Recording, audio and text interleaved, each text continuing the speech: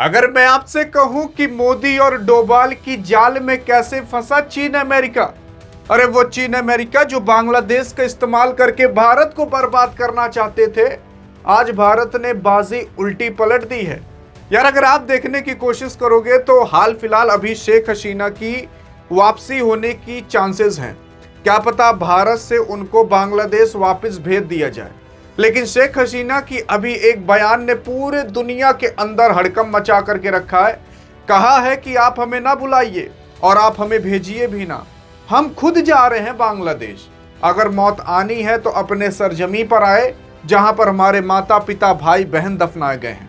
आज आपको पता चलेगा कि भारत ने साइलेंट हो करके कैसे पूरे चीन पूरे अमेरिका के अंदर तलमली मचा दी है।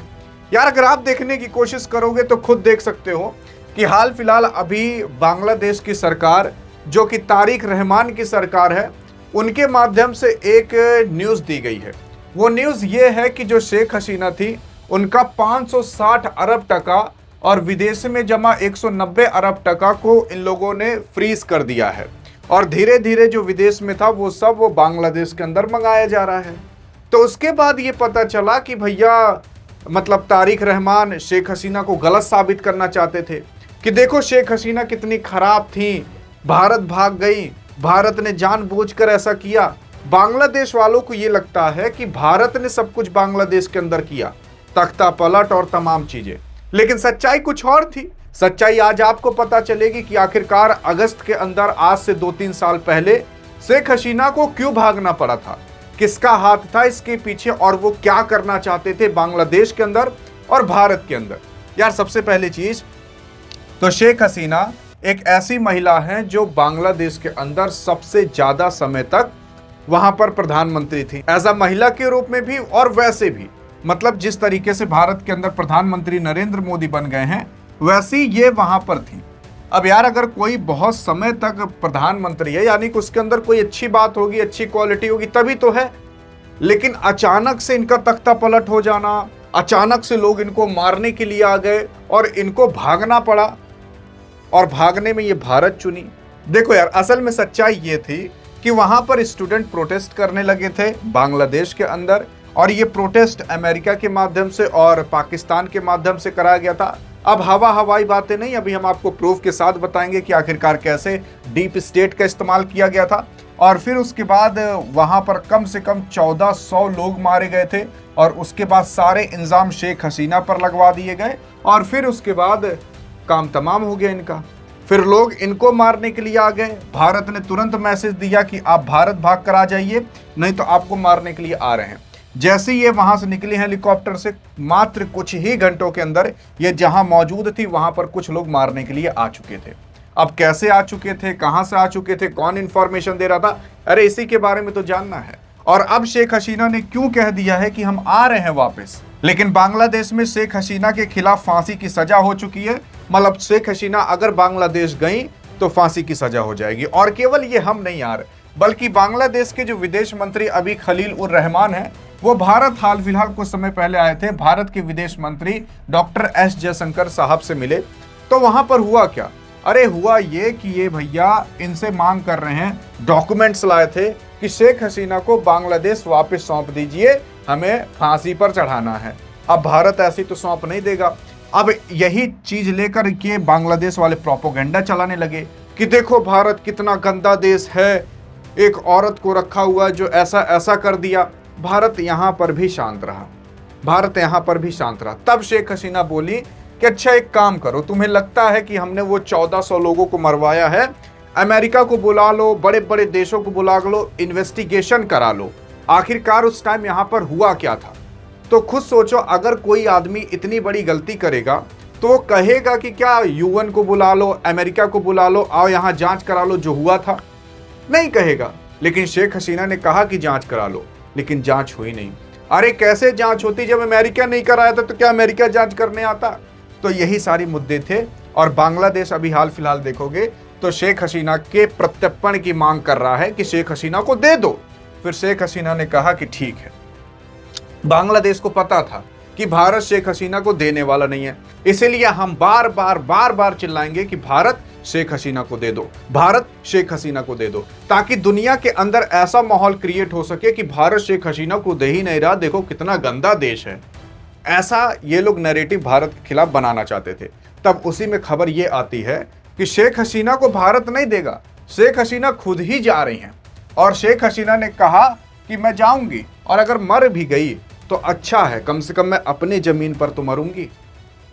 तो जब ऐसा कुछ हुआ ना, तो बांग्लादेश वाले पगला गए, कहे करे मोरे मायरे, हम तो सोच रहे थे नहीं देगा, ये शेख हसीना खुद वापस आ रही हैं। और अगर शेख हसीना गई बांग्लादेश तो 6 महीना, ये वीडियो याद रखिएगा कि 6 महीने में अगर तारिक रहमान की सरकार नहीं पलट गई तो वापिस से कुछ ना कुछ आपको बहुत बड़ा होते हुए दिखाई देगा। अब सवाल उठता है क्यों, और अमेरिका ने शेख हसीना की सरकार को क्यों गिरवाया था और ऐसा क्यों कराया था।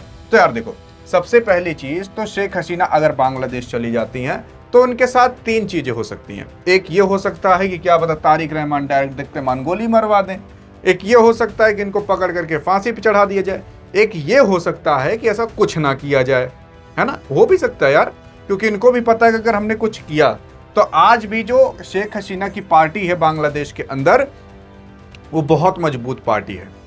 मतलब अभी भी उसकी जड़ें ना बहुत मजबूत हैं, ये तो बस इनको भागना पड़ा था। क्या आपको लगता है कि भारत के अंदर कांग्रेस कमजोर पड़ गई है? अरे राहुल गांधी की जगह कोई तगड़ा नेता होता ना, जो तगड़ा बोलना जानता हो, तगड़ा लोगों को खींचना जानता हो, तो आज कांग्रेस वापस से पावर में आ सकती थी। वैसे ही शेख हसीना जब जाएंगी ना, और अगर उन्होंने भाषण देना चालू किया, उनके ऊपर से सारे कानूनी कार्रवाई खत्म हुए, तो ये वापस से अपनी सरकार बना सकती हैं। और अगर सरकार बनी तो इससे पाकिस्तान, अमेरिका, चीन को काफी बड़ा नुकसान होगा। ऐसा वो लोग कई कीमत पर नहीं होने देंगे। अब दूसरी चीज, अगर मान लेते हैं कि अगर ऐसा कुछ हो गया कि इनको गोली वोली मरवा दी गई, तो बांग्लादेश के अंदर क्या शेख हसीना की पार्टी जो अवामी लीग है उसके कम समर्थक हैं? अरे वापस से आतंक मच जाएगा। इसलिए ऐसी बेवकूफ़ी तो ये तारिक रहमान नहीं करेगा और कोई करने भी नहीं देगा। लेकिन आगे की अगर बात सुनोगे तो आप देख सकते हो कि ऐसा क्यों हुआ था कि अमेरिका ने चाहा कि शेख हसीना की सरकार वहां पर गिर जाए। क्योंकि शेख हसीना ऐसी प्रधानमंत्री थी जो भारत, रूस और चीन के साथ काफ़ी अच्छा खासा संबंध बनाकर चल रही थी। किसके साथ? भारत, रूस और चीन के साथ। और अमेरिका के साथ ये संबंध कम बनाई थी, सबसे ज़्यादा भारत के साथ बनाई थी, फिर उसके बाद रूस, चीन के साथ बनाई थी। और यही चीज़ तो नहीं देखना चाहता था अमेरिका। अब खुद सोचो, भारत के साथ संबंध अच्छा, अमेरिका को खराब लगेगा। रूस के साथ संबंध अच्छा, अमेरिका को खराब लगेगा। चीन के साथ संबंध अच्छा, तब भी अमेरिका को खराब लगेगा। और यही आपकी शेख हसीना कर रही थी, बैलेंस बना करके चल रही थी। तो अमेरिका सोचा कि यार ये चीज़ तो गलत है, क्योंकि जब भी कोई आगे बढ़ता है ना, अमेरिका जरूर उसकी कखौरी में खुजली मचने लगती है। और उसी में ही जो यूएस था, उसने शेख हसीना से कहा कि हे शेख हसीना, यार एक काम करो, हमें ना सेंट मार्टिन आइलैंड दे दो, हमें वहां पर एक ठो बेस बनाना है। बेस किस चीज का? आर्मी का बेस बनाना है। टापू का मतलब जो देखते हो ना, समुद्र के बीच में जगह होती है। शेख हसीना ने उसके लिए मना कर दिया, कहा कि नहीं देंगे। क्यों मना किया? क्योंकि भारत ने कहा। अब भारत क्यों कहा कि शेख हसीना तुम मत देना टापू? क्योंकि अगर अमेरिका यहां पर आ जाता, बांग्लादेश में बना लेता अपना यूएस बेस, तो भारत और चीन का जो वर्चस्व था ना, वो खत्म हो सकता था, खास करके भारत का। अरे यार, भारत के बगल ही अमेरिका की सेना रहेगी तो भारत का फायदा कि नुकसान? अरे नुकसान है यार, वो कंट्रोल करेगा भारत को तब, क्योंकि वो बहुत बड़ा है भारत से। तो जब ऐसा नहीं हुआ, जब ट्रंप को, या कह सकते हो कि उस टाइम जो यहाँ का राष्ट्रपति था, जब अमेरिका को ये लगा कि यार अब हाथ से निकल रहा है बांग्लादेश, वहाँ की सरकार, वहाँ की रिजीम चेंज करा दो। क्योंकि अमेरिका जब भी कहीं देखता है कि ये देश हमारे हिसाब से नहीं चल रहा, तो वहाँ पर रिजीम चेंज करा देता है। हाल फिलहाल आप ईरान में देख रहे हो, लेकिन वहाँ तो बुझा चुका है, फंस चुका है। लेकिन बांग्लादेश के अंदर स्टूडेंट प्रोटेस्ट करा करके ये रिजीम चेंज करा देता है, और रिजीम चेंज हो भी जाती है, भागना पड़ता है शेख हसीना को।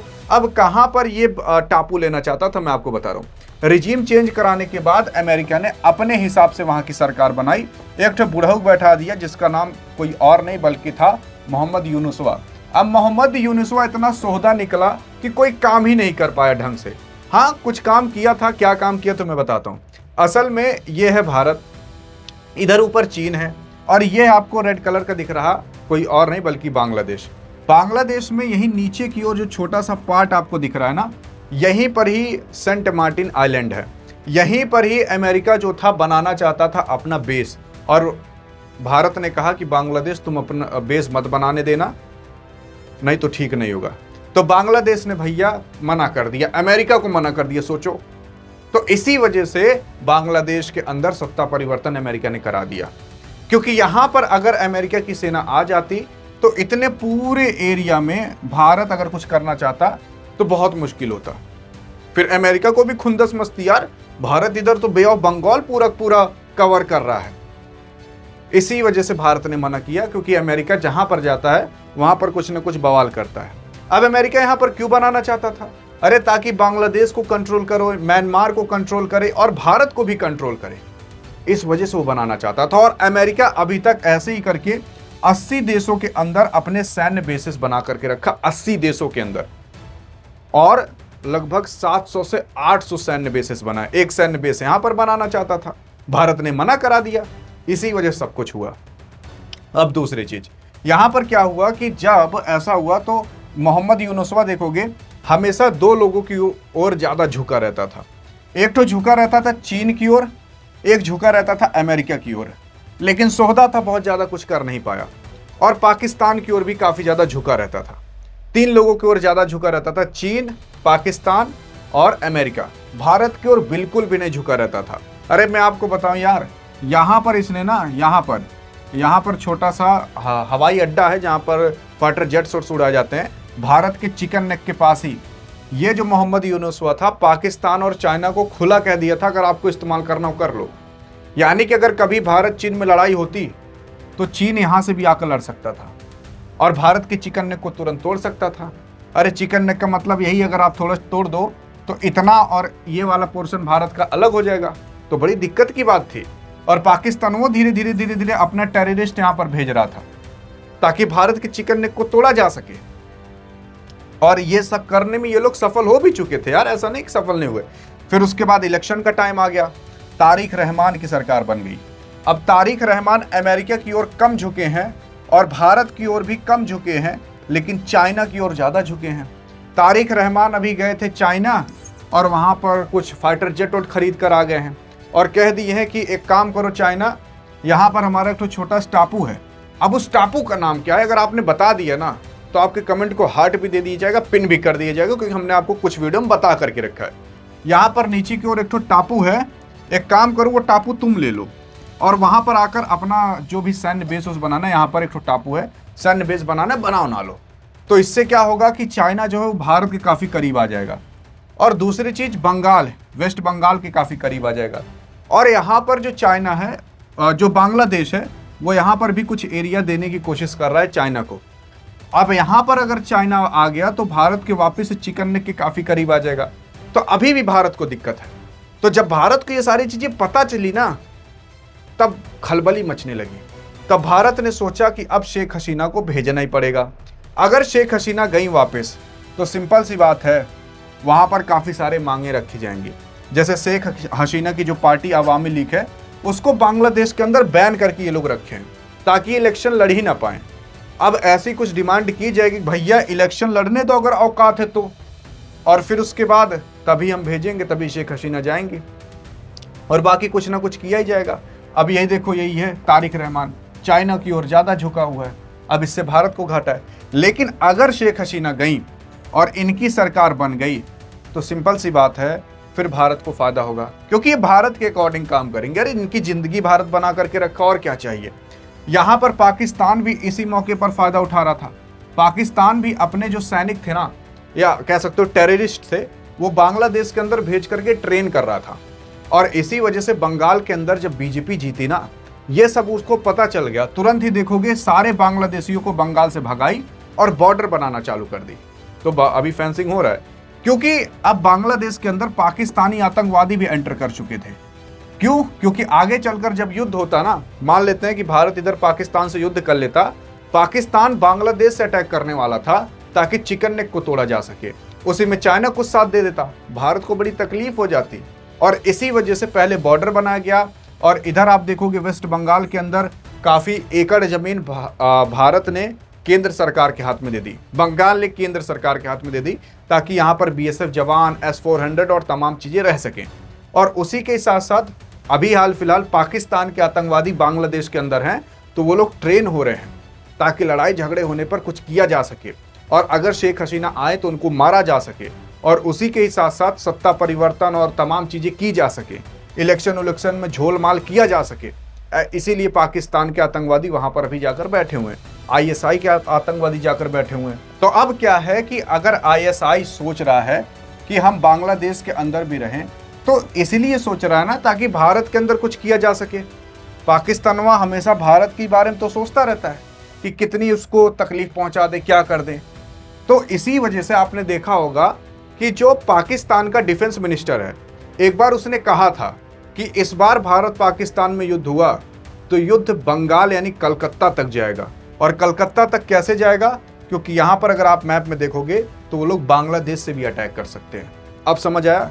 और इसका प्रूफ भी आप जाकर देख भी सकते हो, उसने खुद कहा था।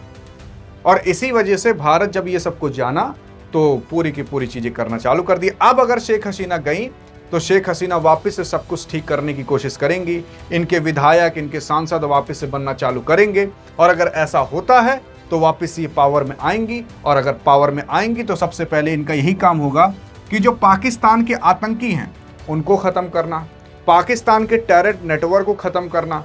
और आपने देखा होगा तो हाल फिलहाल अभी पाकिस्तान और जो बांग्लादेश है उसने सीमा समझौता किया है। सोचो, इन दोनों की सीमा वापस मिलती नहीं है, तब भी ये लोग सीमा समझौता कर रहे हैं।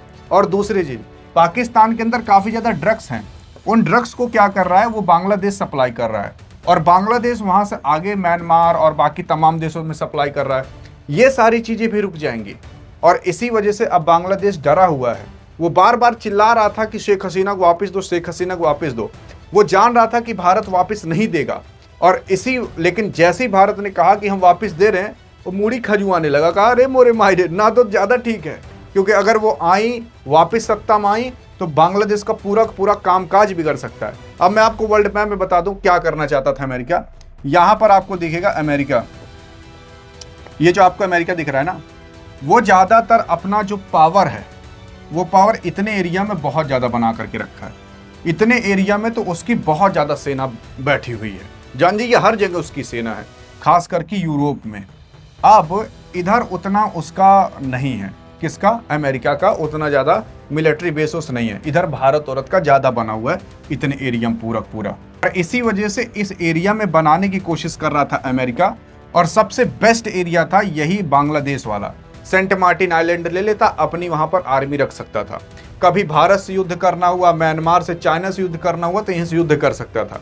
तो शेख हसीना ने मना कर दिया, तो इसमें खुजली मच गई यूएस को। यूएस सोचा कि यार अगर हमें इधर कुछ काम करना पड़ेगा तो बांग्लादेश तो हमारा साथ देगा ही नहीं, तो इससे बढ़िया वहाँ पर सत्ता ही बदलवा दो, सरकार ही बदल दो, अपने हिसाब सरकार रख दो। तो इस वजह से उसने सरकार को गिराया था। किसका इस्तेमाल करके?